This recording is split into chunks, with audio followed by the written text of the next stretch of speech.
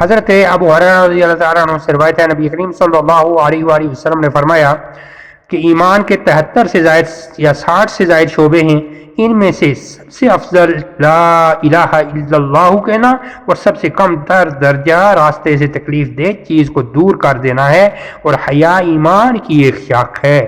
حضرت سیدنا ابو ہریرہ رضی اللہ تعالیٰ عنہ سے روایت ہے، نبی کریم صلی اللہ علیہ وآلہ وسلم نے فرمایا کہ حیا ایمان سے ہے اور ایمان جنت میں لے جانے والا ہے، فحش گوئی بد اخلاقی کی ایک شاخ ہے اور بد اخلاقی جہنم میں لے جانے والی ہے۔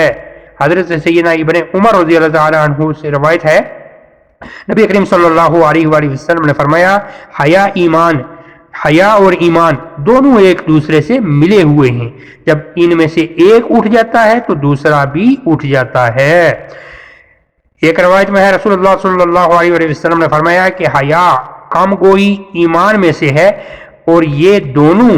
خصلتیں جنت کے قریب اور جہنم سے دور کرنے والی ہیں، جبکہ فحش گوئی اور بد کلامی شیطان کی طرف سے ہیں اور جنت سے دور اور جہنم کے قریب کر دیتی ہیں۔ حضرت سیدنا ابن عباس رضی اللہ تعالیٰ عنہ سے روایت ہے، نبی کریم صلی اللہ علیہ وآلہ وسلم نے فرمایا بے شک ہر دین کا ایک خلق ہے اور اسلام کا خلق حیا ہے۔